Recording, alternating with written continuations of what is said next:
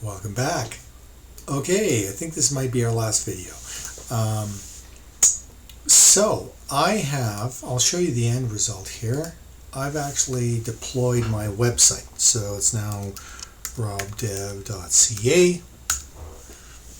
Nice little HTTP lock in there, and you can see some new content. Here's a new portfolio item. Here's a GitHub. So here's the new website. Here's the old website, which if I click the refresh button, would change. All right. So let's just talk about the changes that led up to this. What I've done is if you look in Git, you can see the changes that I actually did. But let's talk about them really quickly. We're going to go over to Visual Studio. And I haven't committed them yet because it just makes it easier to actually see what's changed if you don't commit it. So now we can take a look at some of these changes.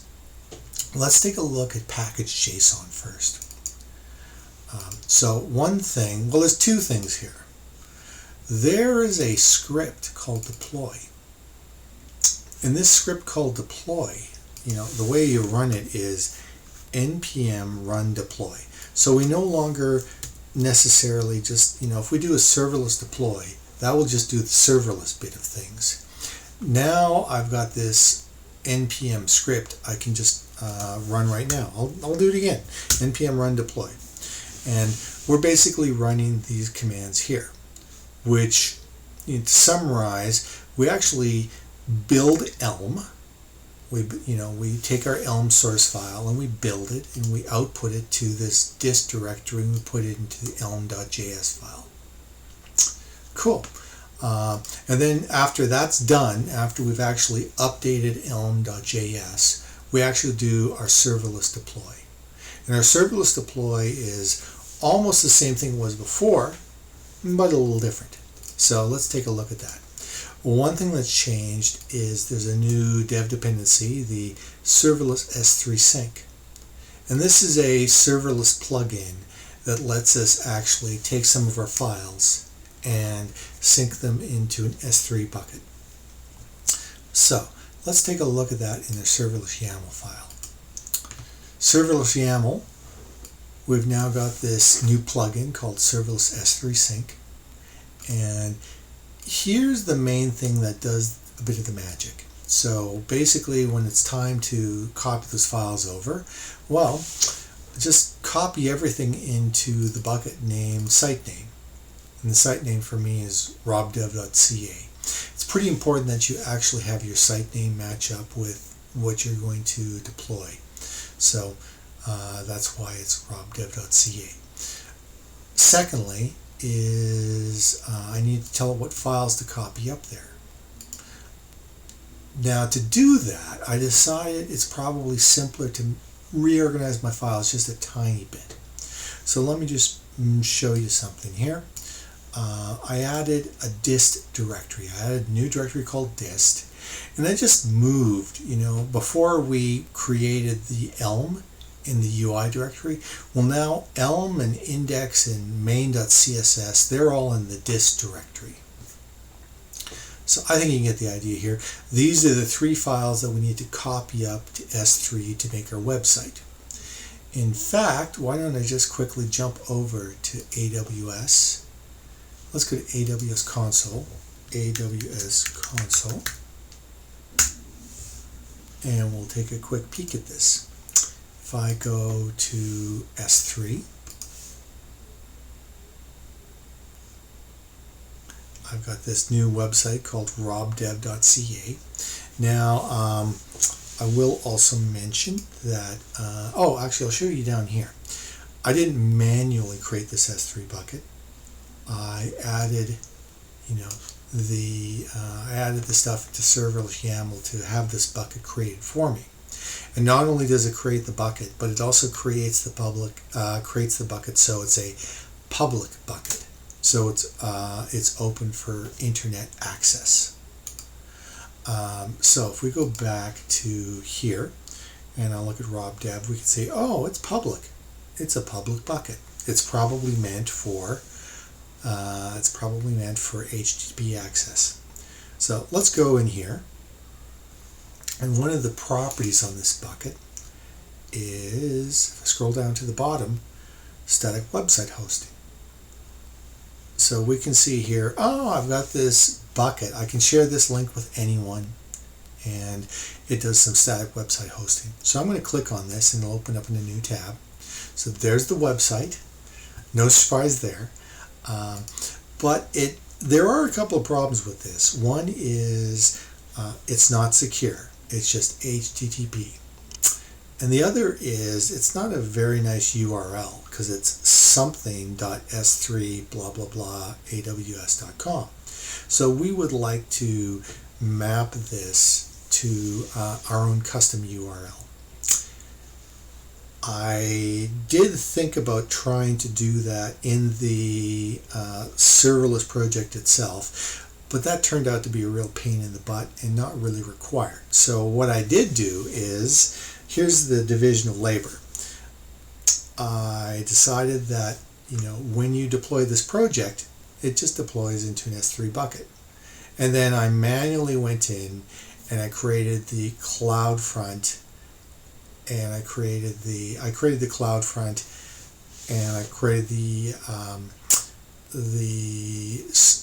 Route 53 records to make sure that I can redirect to this domain. So let's see what that looks like actually. I'm going to click New Tab, and we'll just say robdev.ca. And voila, it actually works. So you can see slightly new content. I also added a GitHub nav button to go to my GitHub account, to go to the GitHub for this actually, well, and other things. Not very exciting. I did most of my stuff in AWS, so I thought I should switch over to something more public for this project. Regardless, so yeah, it's grown a little bit, and it works. And as you can see, there's a little lock icon here.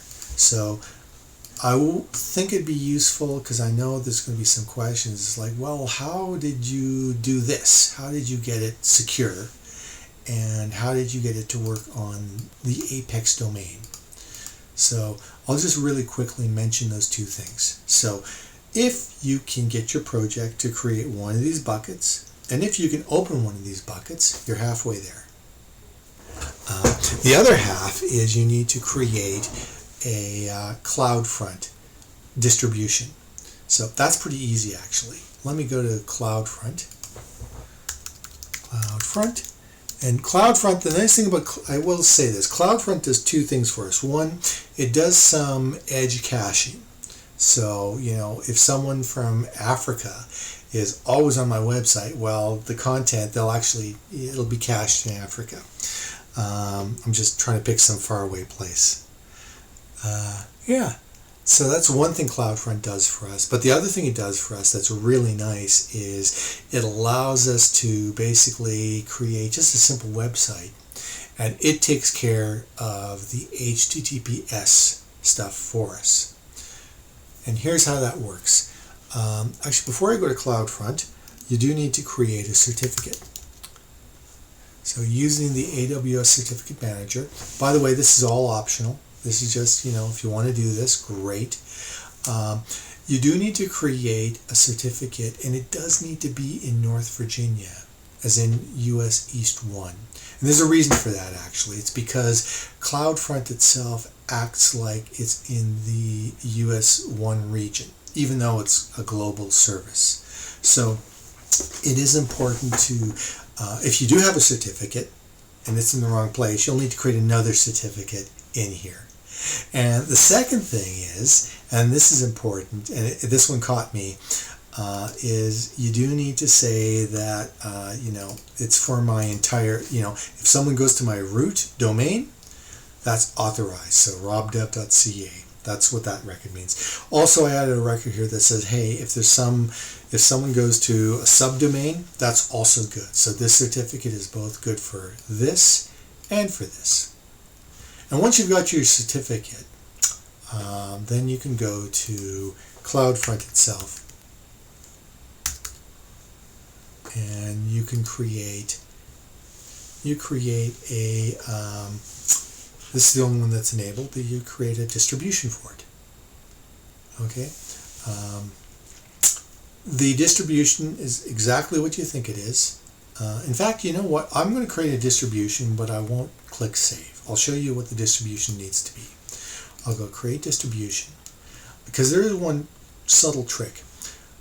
You do want to, like this will tell you, hey, here are all your S3 buckets, but actually the distribution, the bucket that you want to, what you want to put in here is actually something that you can only get from S3. So I'm going to go over to AWS console,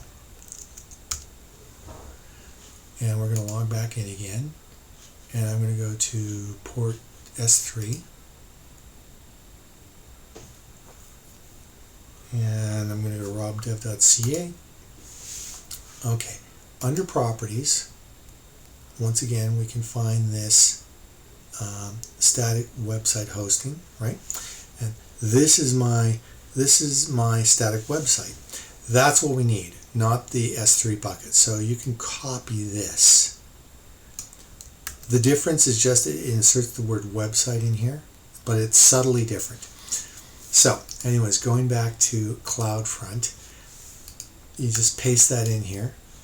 And then the other things you need to do are things like you do need to say what there's three things actually. What are they again? There's this, and then we scroll down a bit. Everything's good so far. We need to, I remember what it is, the CNAME. So here I need to say, hey, this certificate is good for robdev.ca, and it's also good for any subdomain.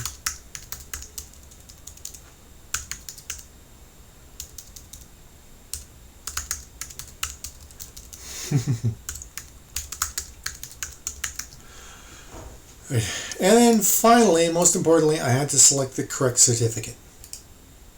Okay, so if you create this distribution, a distribution will be created, and from that you'll get a domain name, right? It'll be something like this. And then the final step to make this available to everyone is you need to go into Route 53, and you need to go into your zone.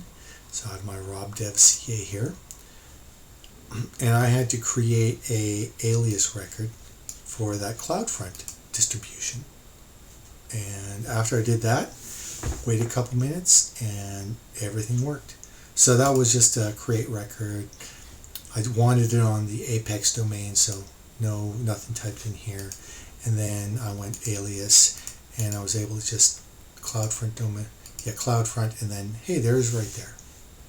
So if I didn't already have this record, I'd click create record, and it would create it. And like I said, a couple minutes later, it should be available. So that's the long and short of it. I know that